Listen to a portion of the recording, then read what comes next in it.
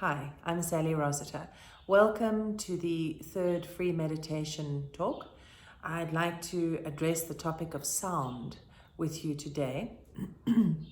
Sound is an incredibly powerful instrument, and if you look back in the history of our world, you'll find it has been utilized quite extensively for various purposes, from intimidation of enemies in warfare to utilized as a signal or as a way to communicate amongst people and villages. It's also been utilized in ritual and in ceremony, and of course for pleasure and celebration. Sound has been developed into today what we call music, and the frequencies of sound are also being thoroughly explored as we evolve. You'll find various forms of sound frequency available to help relax our minds, to work on the subconscious, to align us with divine frequencies, etc., etc. So coming back to meditation, what makes sound so incredibly important is that it is really the frequency of it that is so powerful. So sound carries a vibration, and this vibration, depending on the sound itself, has the capacity to influence energy and to change it. So if we look at something like mantras, and mantras are sounds that are utilized that carry certain frequencies or vibrations, and these vibrations are very impactful in our energy field and in our environment. But looking at mantras, the use of them in meditation is then obvious.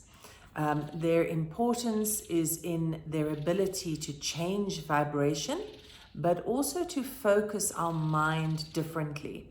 So you could say that sound can actually bring us back into our center.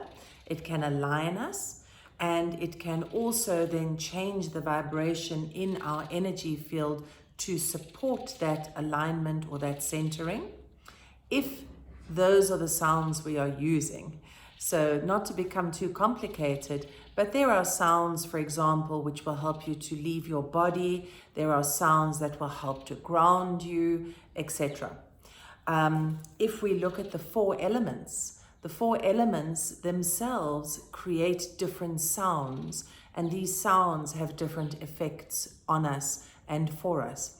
Some people absolutely love the sound of wind, for example, and find it deeply relaxing and so on.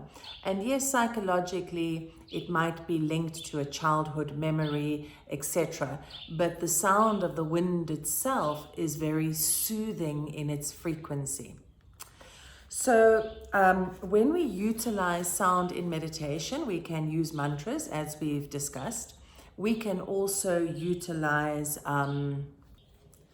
so we can use sound in two ways in meditation. The one is through mantras, and the other is listening to music. Some people really thrive on the relaxation that sound brings in their meditative practice. For myself, I'm very sound sensitive, and so I tend to avoid meditation with music, but I definitely resonate with mantras. So how would we utilize a mantra in meditation? Well, first of all, a mantra is chosen by the frequency and, of course, the meaning of the mantra. So today we're going to work with Om, which is a universal sound. And when we say universal, yes, it sort of tends to stretch its way through all different religions, cultures, etc. But it does actually originate in the Sanskrit teachings. And Om is a sound that has a very particular meaning. So it's not just a random sound, it is actually a sound that resonates with the higher frequencies or higher consciousness of the soul.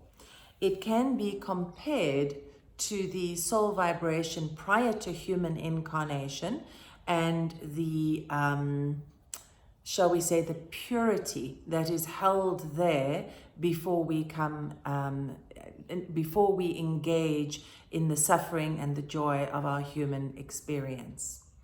So we choose our mantra not just randomly. You can choose a mantra intuitively, but really it is in the understanding of the mantra that it has its value and its power. How we use it is we engage what we call throat singing. So this is the sound that is made at the back of your throat, similar to the sound that you make when the doctor tells you to open your mouth and puts a flat stick over your tongue and you have to say, ah. It's the similar area that the sound emanates from. That sound creates the vibration. It is not excessively elongated, so you don't have to draw in breath and stretch your mantra out for a couple of minutes. And it also doesn't have to be particularly loud. So the louder a mantra is, it doesn't make it more effective. However, you should use the natural sound of your voice and also the strength of your breath to enhance, most importantly, the vibration of the sound. So, needless to say, today's meditation is going to be utilizing a mantra. We're going to combine it with breath, and I will explain it to you once we are there. So I really hope that you enjoy it and that you are able to see for yourself if mantras are something that you resonate with. I hope you have a wonderful meditation practice, and thank you for listening.